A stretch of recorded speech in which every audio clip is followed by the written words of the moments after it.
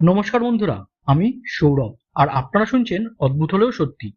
আজকের গল্প ফাঁসি গাছ। লেখক প্রমথনাথ বিশি।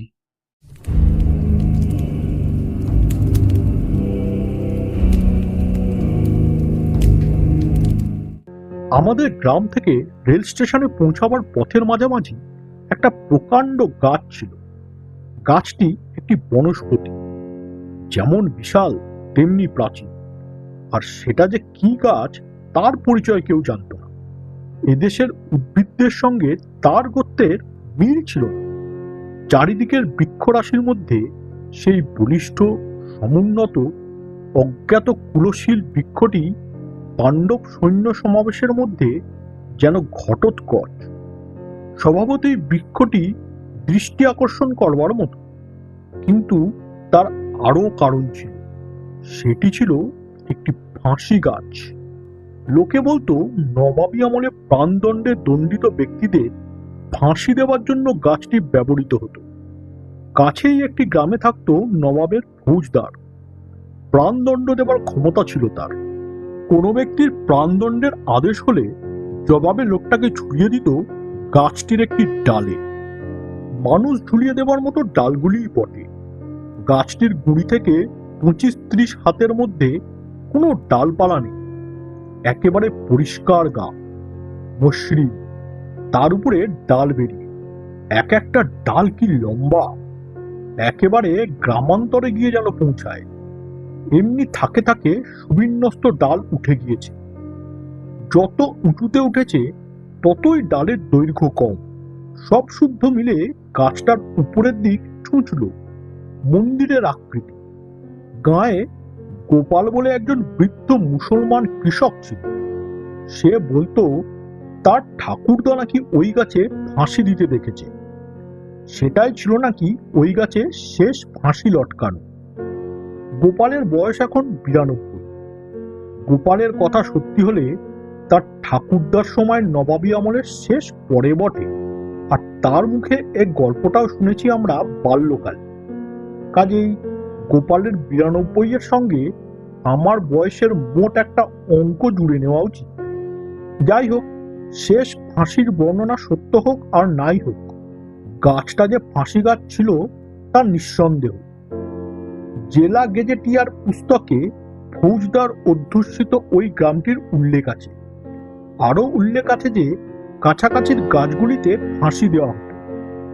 তা যদি হয়, এমন যোগ্য গাছটির ব্যবহার না হবার কথা নয়। কিন্তু প্রাচীন ইতিহাস যাক, যা বলতে বসেছি তা হচ্ছে ওই ইতিহাসের স্মৃতি।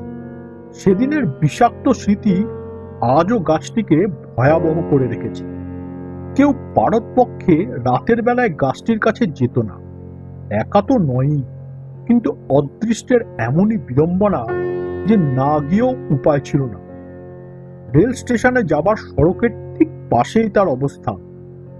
কত নিঃসঙ্গ পথিক যে রাতের বেলায় ওখানে এসে ভয়ে মূর্ছা গিয়েছে তার ইয়ত্তা নেই। তাদের প্রশ্ন করলে বলতো, কি দেখলাম তা কি এখন মনে আছে? তবে মনে হলো গাছের ডালে সারি সারি যেন মৃতদেহ ঝুলছে। আবার কেউ বা বলতো মুর্মুষুর অন্তিম আর্তনাদ স্পষ্ট শুনছে। একজন বলেছিল সে লোকটা অবশ্য বিদেশি, গাছের ইতিহাস তার জানার কথা না। ওই গাছতলায় পৌঁছাওয়া মাত্র হঠাৎ একটা মৃতদেহ ধপ করে তার পায়ের কাছে পড়েছে। সে চমকে উপরের দিকে তাকিয়ে দেখে যে গাছের ডালে লম্বা একটা দড়ি ঝুলছে। প্রশ্নের খোঁচাকে সে বলেছিল সেটা জ্যোৎস্না রাত্রি, তার ভুল হবার কিছুমাত্র সম্ভাবনা ছিল না। তবে এ বিষয়ে সন্দেহ ছিল না যে এসব অভিজ্ঞতা প্রত্যক্ষ হওয়া সত্ত্বেও সত্য হতে পারে না। কেননা ফাঁসি হতো বহুকাল আগে। তার সেদিনের স্মৃতি যদি কোনো অলৌকিক সুড়ঙ্গ পথে আজ মূর্তি ধরে দেখা দেয়, তবে সে স্বতন্ত্র কথা। যুক্তি দিয়ে প্রমাণ অপ্রমাণ করার পথ বন্ধ। কিন্তু যুক্তি এক আর বিশ্বাস আর এক। লোকের মনের ব্যাপক বিশ্বাসী এমন তথ্যের স্থান গ্রহণ করেছিল, আর তাই ছিল যথেষ্ট। ফলে ওই গাছটা যাতায়াতের পথের পাশে ভীতি মিশ্রিত একটা প্রকাণ্ড বিস্ময় চিহ্নের মতো দণ্ডায়মান ছিল। তারপর বয়স বাড়লে কলকাতায় গেলাম কলেজে পড়তে। আমাদের মেসে একজন বয়স্ক ব্যক্তি থাকতেন। তার থিওসফি চর্চার বাতিক ছিল। তার সঙ্গে আমার ঘনিষ্ঠতা হয়েছিল। তাকে ফাঁসি গাছটির বিবরণ শুনিয়েছিলাম। তিনি কিছুমাত্র বিস্ময় প্রকাশ না করে বলেন, এমন হওয়া নাকি মোটেই অসম্ভব নয়। তিনি বুঝিয়ে দিলেন যে যেখানে কোনো মর্মান্তিক মৃত্যু ঘটে থাকে সেখানে পরবর্তীকালে সেই মৃত্যু দৃশ্যের ঠিক পুনরাভিনয় মাঝে মাঝে ঘটে থাকে। কেন হয় তিনি জানেন না, কিন্তু এমন দৃষ্টান্ত অনেক আছে। মৃত্যুর সময় মানুষগুলি যে মানসিক যন্ত্রণা অনুভব করেছিল সেই নিদারুণ তাড়নাতেই ওখানে ওই রকম অলৌকিক ছায়াছবি উদ্ভূত হয়ে থাকে বলে তিনি মনে করেন। বলা বাহুল্য, এ ব্যাখ্যা আমার মনোপুত হল না, কিন্তু তা নিয়ে আর তর্ক বিতর্ক করি। তারপরে কর্মজীবনে প্রবেশ করলাম এবং চাকরি উপলক্ষে নিজের গ্রাম থেকে এক প্রকার নির্বাসিত হলাম। বহুকাল জীবনের 2টি দশক কাটল দেশে এবং দেশান্তরে। এই সময়ের মধ্যে স্বগ্রামে যাওয়ার সুবিধা হয়ে ওঠেনি। কালক্রমে গ্রামের ছবি মনে ঝাপসা হয়ে এল। রেল স্টেশনে নেমে গ্রামে যাওয়ার পথে যেসব দৃশ্য, বাড়িঘর, গাছপালা, এমনকি মানুষের যে মুখগুলি যাতায়াতের পথের পাশে দেখতে পেতাম, ক্রমে ক্রমে ভুলে গেলাম। সেই সঙ্গে ফাঁসি গাছটার স্মৃতিও মন থেকে মুছে গেল। প্রায় 20 বছর পরে গ্রামে চলেছি। সন্ধেবেলায় নামলাম স্টেশনে। একখানা টমটম গাড়ি ভাড়া করলাম। 12 মাইল পথ পৌঁছতে 1 প্রহর রাত হবে।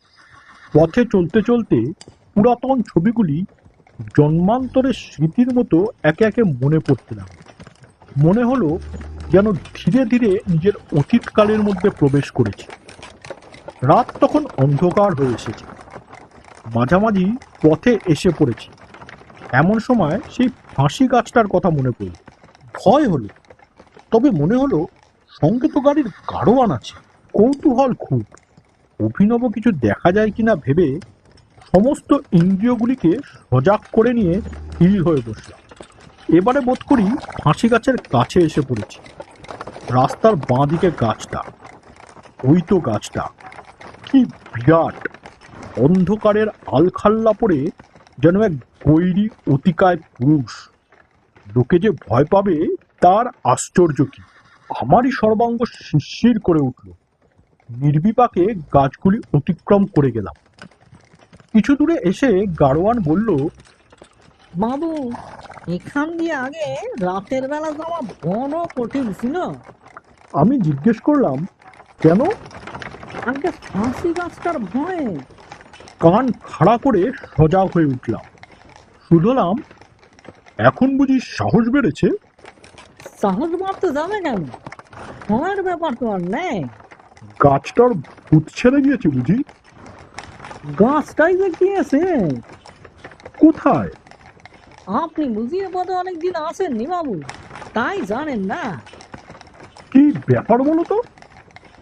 আগে বছর 5 আগে একবার উড়িষ্যা কি ঝড়ের সময় গাছটার মাথায় বাঁধ করে আগা করা পুড়ে গেল।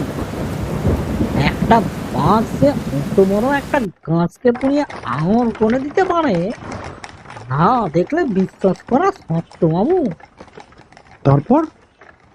তারপর সেই আঙুর ঝড়ে জলে ভেঙে পড়লো। ঝড় ঝাপটায় কোথায় সরিয়ে গেল। এখন? এখন ও জায়গা একেবারে পরিষ্কার, যেমন দেখলেন। যেমন দেখলাম? নিজের মনে মনে বললাম, আমি তো বাবু গোটা গাছটাকেই দেখেছি, অথচ তার কথাও বিশ্বাস না করা শক্ত। লোকটা মিথ্যে বলতে যাবে কেন? এ মিথ্যে বলে তার লাভ কি? এখনই তো অপরের মুখে প্রতিবাদ হবে। যেমন দেখলাম। কি দেখলাম? কিন্তু নিজের জাগ্রত দৃষ্টিকেই বা অবিশ্বাস করি কিভাবে? নিশ্চয় দেখেছি, তাতে ভুল নেই। ভাবলাম একবার ফিরে গিয়ে দেখে আসি, কিন্তু ততক্ষণে গাড়ি অনেকটা পথ এসেছে। তাছাড়া লোকটাই বা কি ভাববে? তবে কি দেখলাম, ছায়া না মায়া না কি, কিন্তু কিছু যে তা নিশ্চয়ই। তখন মেসের সেই থিওজফিস ভদ্রলোকের কথা মনে পড়ল। ভাবলাম, গাছের ডালে মৃত্যু দৃশ্যের পুনরাভিনয় যদি সম্ভব হয়, তবে মৃত গাছটির পুনরাভিনয় বা কেন অসম্ভব?